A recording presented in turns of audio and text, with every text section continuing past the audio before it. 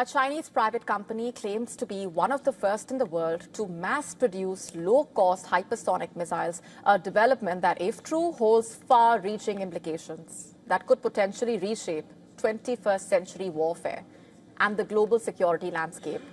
The Beijing-based manufacturer released a video on its official social media channel showing the low-cost hypersonic missile taking flight and striking a target in a desert test zone. The company claims the missile is already rolling off assembly lines at only a tenth of the cost of conventional systems. Once again, a statement that, if accurate, could very well redefine the economics of conflicts altogether. According to the firm, it travels between 500 and 1,300 kilometers, reaches speeds of Mach 5 to Mach 7, and stays powered for up to 6 minutes. Its launch platform resembling an ordinary shipping container, further claiming that the missile can identify targets during flight and autonomously maneuver to evade interception. Not just that, the company says the system does not require specialized launch vehicles and can deploy from mobile platforms on land or at sea. It describes the missile as suitable for rapid, precise attacks deep into enemy territory, while also able to conduct high-speed reconnaissance using onboard sensors and real-time data transfer. And there's more. In its video, the firm also purportedly showed simulated images of 8 missiles flying in formation towards Japan, marking multiple impact locations on a digital map, a symbolic display of range and swarm strike capability amid the heightened tensions with Japan over Taiwan. But then this also brings us to the most pertinent question here. How did the company manage to develop such low-cost hypersonic missiles? The firm is saying it cut costs by using off-the-shelf industrial components, automotive-grade chips, and civilian construction materials. It claims its long-term goal is to enable swarms of smart, uncrewed systems, not 1 or 2 expensive platforms to dominate future battlefields. The question then is, if hypersonic missiles become as cheap and widespread as drones, how will countries prepare for a world where deterrence and defense could be rewritten almost overnight? What about that scenario? And if the missile is this cost-effective indeed, will terrorists or militant organizations next use the cheap missiles, the cheap Chinese missiles for warfare? And that question comes up because there are many armed groups across the world, especially in West Asia, like Iran-backed Hamas, Hezbollah, the Houthis, that use missiles in conflicts. Even UN-designated terror organizations like the Al-Qaeda are reportedly using surface-to-surface missiles in the Sahel region, for example. And that's the thing. The missile production also breaks from China's long tradition of keeping major military development under the control of state-owned entities. So if China's private sector has already reached mass production, are the world's military powers entering a new phase where hypersonic weapons become accessible at scale rather than reserved for a handful of superpowers? A shift that may even shorten global arms race timelines. And the implications of this, not just limited to terrorist, militant or armed groups, it's also likely to have a significant impact on countries that have invested large sums of capital on hypersonic missile development, like the United States, for example. America, remember, has invested decades and tens of billions of dollars into hypersonic research through defense giants. Despite this, America is only now approaching limited operational capability as China begins mass-producing low-cost hypersonic missiles. The development also at this point raises more questions than answers.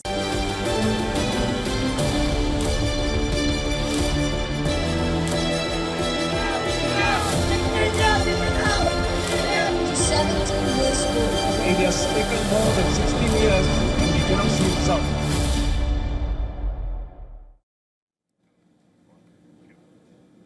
On to Malaysia now, where a long-running custody battle has once again sparked national outrage as pressure builds up on the police to enforce a court order. The country's Human Rights Commission has urged Malaysia's police chief to immediately carry out a High Court directive to locate Prasanna Diksa, M. Indira Gandhi's child. M. Indira Gandhi lives in Ipoh. The case has been unresolved for 16 years and has become one of Malaysia's most recent heated flashpoints. At the intersection of religion, law, parental rights in a way, the latest call for action coming after a powerful public display over the weekend, when M. Indira Gandhi led a 1.8-kilometer march to the federal police headquarters there. More than 200 supporters waited for hours, reportedly, but the police chief never appeared, allegedly, despite prior notice. Let's just break this down for you and tell you more about the case itself. It dates back to 2009, when M. Indira Gandhi's then husband, a Hindu who had reportedly converted to Islam, unilaterally changed the religion of their children without her consent, allegedly. He later disappeared with their 11-month-old baby. Reportedly, the dispute quickly grew into a national controversy. In the year 2018, Malaysia's federal court ruled that a child's religion cannot be changed without the agreement of both parents. This decision was seen as a landmark for parental rights. The court also ordered the police to arrest the father and return the child to her mother. But 7 years later, that order remains unenforced. The child is now around 16 years old and has not been found. Suhakam says the failure to execute the court's directive is a serious breach of duty. It undermines the rule of law and weakens public trust in law enforcement. The commission also saying the police have the resources and the authority to act, and this continued delay is unacceptable. But then there are questions that remain unanswered. Where is M. Indira Gandhi's child? Why has a court order in her case still not been executed? For many Malaysians, the persistent uncertainty is not just a personal tragedy for one family. It's an entire test of Malaysia's justice system in a way, and its ability to actually protect the rights of every child there.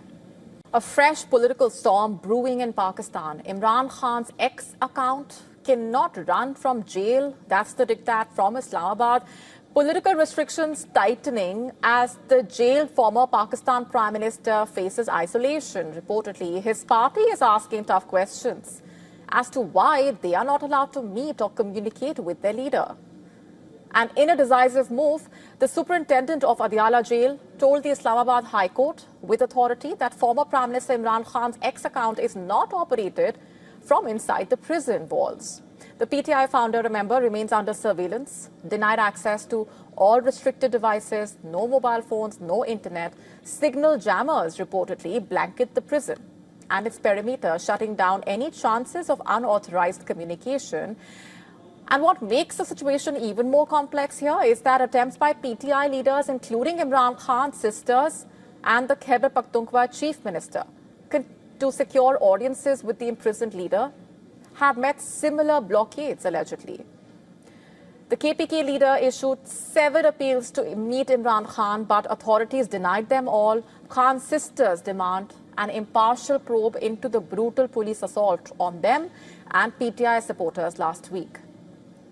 Last night, massive protests were held outside Adiala jail for the release of the jailed PTI leader. Shia cleric and senator from Punjab also joined the protest. He called on Pakistanis to unite for Imran Khan's release. Now all the Pakistanis are uniting. It's now the responsibility of every Pakistani to raise their voice against this grave injustice. We all need to stand united. People are the real strength. Why are we being stopped from meeting?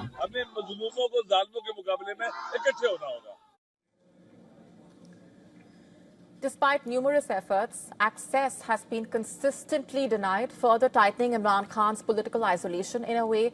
Official channels remain silent on the reasons, and thereby the tensions have only escalated within party ranks. PTI vocally contesting the restrictions, calling them draconian, accusatory, insisting that communication is vital to their political movement. Yet government authorities stand firm, maintaining the siege on the former Prime Minister's interaction with the outside world. 73-year-old Imran Khan has been held in custody since August 2023. Authorities have charged former Pakistan Prime Minister there in around 200 cases, but Khan claims they are all politically motivated. The standoff sharpening the political showdown while the courtroom dramas and the bail hearings continue. And the fortress of Adiala jail remains tight as ever, locking down not just a man, but also in a way the digital voice that continues to be questioned. Now, Khan's political rival and PMLN chief has also lashed out, not just at Imran Khan and his party, but the Pakistan establishment during Imran Khan's time. Sharif has questioned the credibility of the 2018 elections that the PTI won and ousted Nawaz Sharif from power. Now the former Prime Minister demands accountability for those in the establishment that brought his successor to power. No irony lost here. Whichever party in Pakistan loses an election accuses the winning side and the establishment of rigging the election. In February 2024, the election, PTI levied the same accusations against PMLN. In 2018, the Sharif brothers accused the PTI of rigging the election. And again, Nawaz Sharif has brought the allegations back. The entire plot has come full circle, it seems, and has put Pakistan's political instability once again under the spotlight.